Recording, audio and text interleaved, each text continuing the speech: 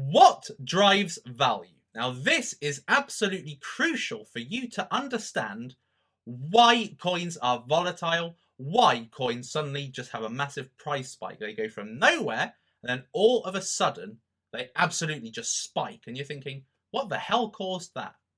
At the heart of it, what caused it is demand. That is the key word, demand. Demand is the reason why anything goes up significantly and down significantly.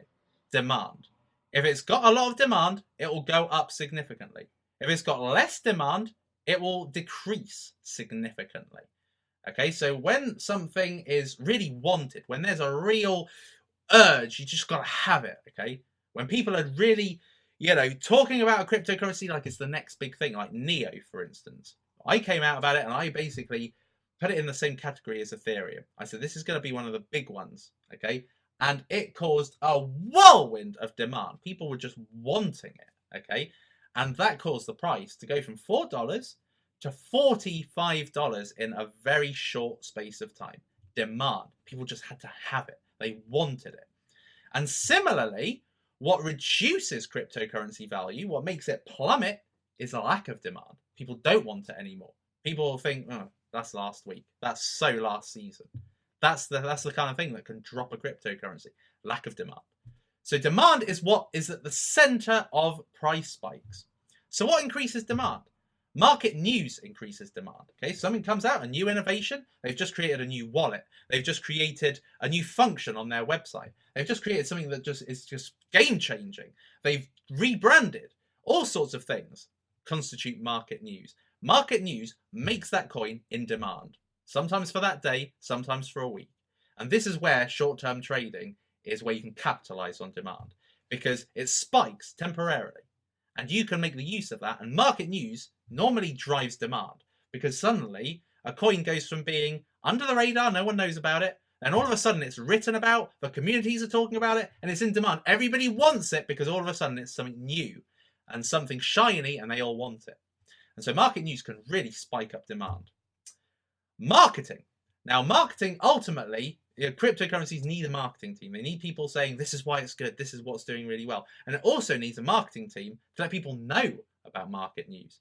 If a cryptocurrency does something significant, but there's no way of getting that out to the public or getting that out to the market, then essentially there's no demand. So marketing has to be there to essentially transmit the message, there's been a rebranding or something new has happened. And then all of a sudden, it increases in demand. Product. So people create amazing products in cryptocurrency. One of the cryptocurrencies I've gotten behind, Bitquent, that is in the process of creating an awesome product.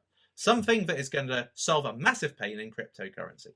And the product increases the demand, because you need that product in order for your life to be better. If it solves a really good pain, you need that product and it will be in demand. And that is going to essentially drive up demand. Then team. Okay, what I tend to look for when I'm investing in a cryptocurrency is a superstar on the team. There is a cryptocurrency recently, it was called Monether. And Monether is a payment solution, mobile payments, okay, making payments using cryptocurrency with your mobile, okay? Now, what made this really valuable was they had somebody on the team from PayPal. Now, PayPal is the major online payments solution, okay? And by having that person, it drove up the value. So they had a superstar that you knew by having them, they could probably get the vision nailed. They could realize the vision. Whereas if it was just a team of entrepreneurs or a team of stack developers, they probably couldn't implement payment processing as well as having somebody from PayPal. So that is what also drives up demand. Community as well. If you've got a big community, this is likely to really spread the message, okay? If you've got 10 people in the community, there's billions of people that exist in the world. How are you going to get that information out with 10 people? But if you've got a big community of thousands, tens of thousands, hundreds of thousands, you can get the message out. And there's tons of people that are basically driving up demand. They're basically like the microphones, the tannoys for these cryptocurrencies, helping them get more value. If you go onto any cryptocurrency community, you'll see people saying, you need to get behind this, you need to get behind that. These are the reasons why, these are the reasons why. And then, of course, that creates demand because people are like, yeah, I've just got to get into that because that's exactly what's really cool. So all of these things drive demand. And all of these things can decrease demand.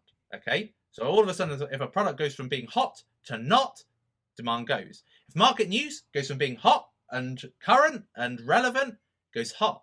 If all of a sudden it's old and nothing new comes out, and then all of a sudden the coin gets forgotten about, it drops the demand. So at the heart of price spikes is demand, and what can make or break demand are these different ingredients. So I hope that's helped. I hope this is valuable, and I'll see you in the next lecture.